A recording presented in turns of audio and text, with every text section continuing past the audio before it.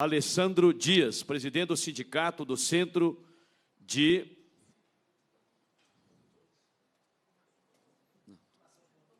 Formação de Condutores de Minas Gerais. O senhor tem a palavra. Bom dia.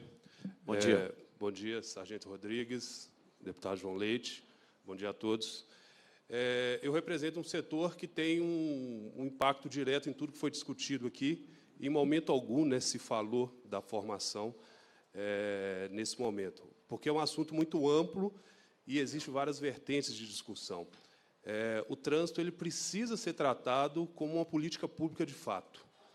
A gente não pode discutir trânsito somente no Maio Amarelo, na Semana Nacional do Trânsito. O doutor Marcelo, a gente encontrou no início do ano, ele começou a levantar a discussão das patinetes e ninguém dava importância de fato, doutor Marcelo? Inclusive, a gente até gravou um vídeo sobre isso e depois isso tomou amplitude, discussão na Câmara aqui em Belo Horizonte, um projeto de lei. Só que, só para se ter uma ideia, ontem o Código de Trânsito Brasileiro completou 22 anos da sua publicação. Ele foi sancionado no dia 23 de setembro de 97 e entrou em vigor 21 de janeiro de 98. É uma das principais legislações do mundo, só que ela está, de modo geral, no papel. Ela não saiu do papel. Amanhã começa uma discussão da maior mudança que esse código vai ter, do projeto de lei do presidente Bolsonaro, o PL 3267, inclusive fazer um pedido ao Sargento Rodrigues, que se pudesse trazer uma audiência para se discutir esse projeto de lei aqui para Minas Gerais, porque é um dos estados... Qual que é o projeto, você falou? 3267. A comissão reúne amanhã pela primeira vez, depois de ser formada. Inclusive, um dos vice-presidentes é de Minas, o Lucas Gonzalez. Então, seria importante... Qual que é o tema do 3267? A maior alteração que o Código de Trânsito Brasileiro vai sofrer, é o famoso projeto da cadeirinha, que as pessoas estão falando, mas, na verdade, é muito mais amplo que isso, porque promove uma mudança profunda na legislação de trânsito. Mas a gente tem tantos assuntos a discutir, mas quando eu falo do meu setor, a gente lembra da questão da educação, da formação.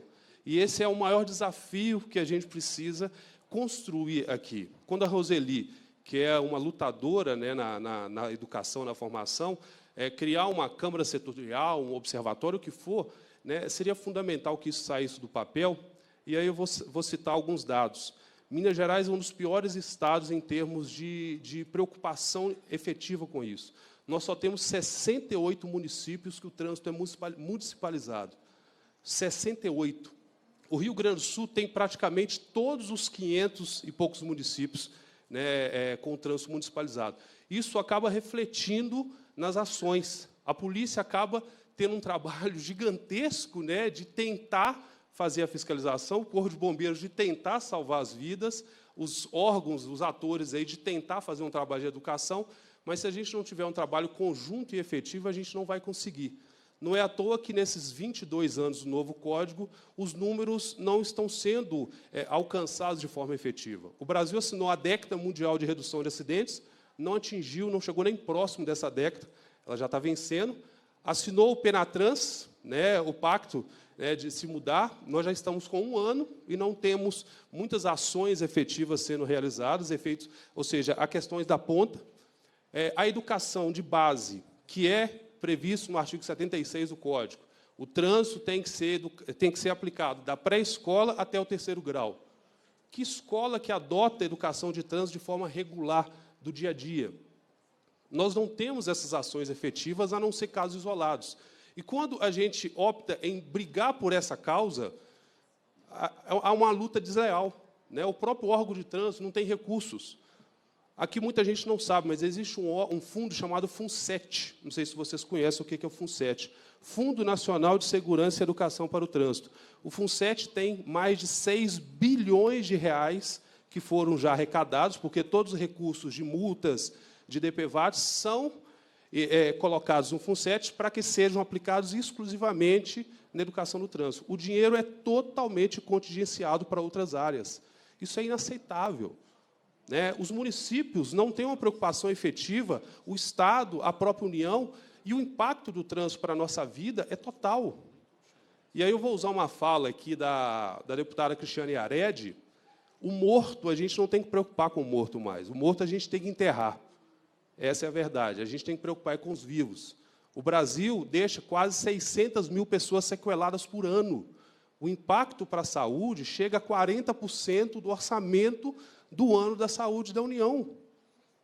E a gente só trata isso com muita efetividade quando morre, talvez, um ente próximo, um familiar. Porque, fora isso, a gente discute aqui, sai daquela porta e é mais um assunto a ser discutido. Quando a Roseli falou 30 anos, né, Roseli, e espera, né, que vai viver mais 30 anos para discutir, a gente precisa sair com ações efetivas.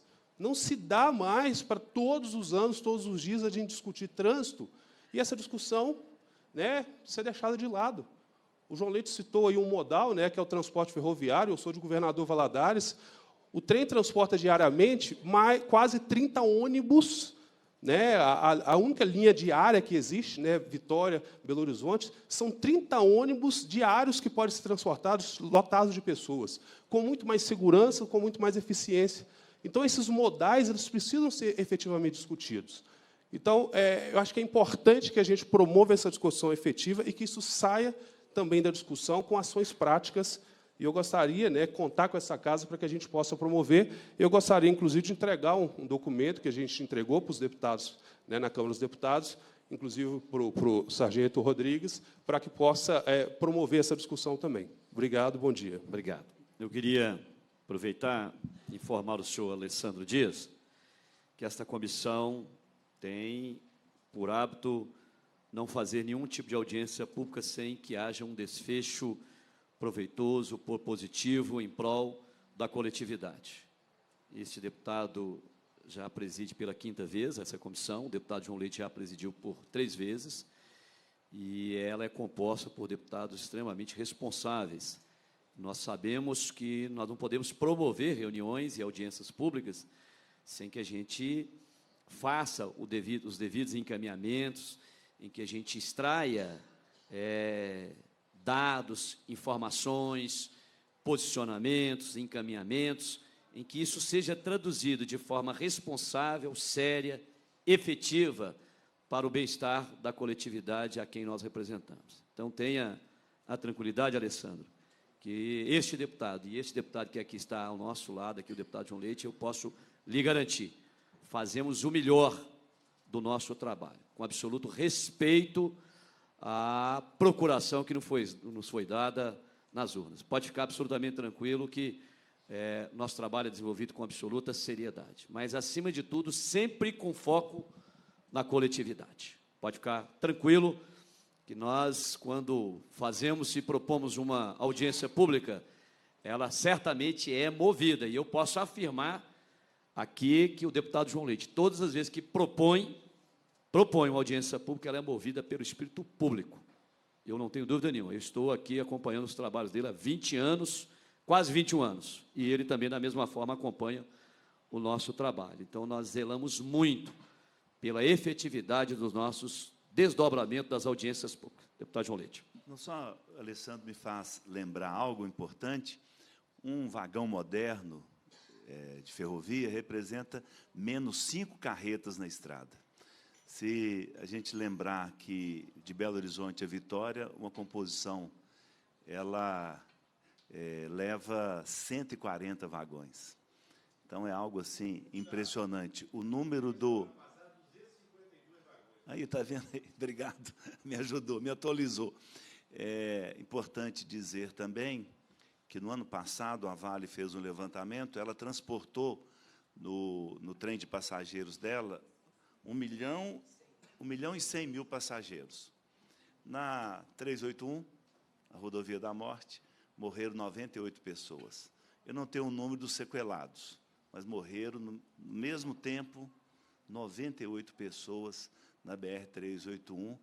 Nós não temos os números da perda de cargas na estrada, que é monumental nas rodovias, porque, repito, o que as nossas rodovias estão levando não são cargas de rodovia, são cargas de ferrovia, e Minas Gerais tem um momento importantíssimo, o deputado Rodrigues tem dado maior apoio a isso, que é a antecipação da renovação das concessões ferroviárias. Tem que ser no outro nível. Nós precisamos retomar o vigor ferroviário de Minas Gerais e colocar nas nossas rodovias o que é de rodovia e nas ferrovias o que é de ferrovia. Obrigado. Obrigado, deputado João Leite.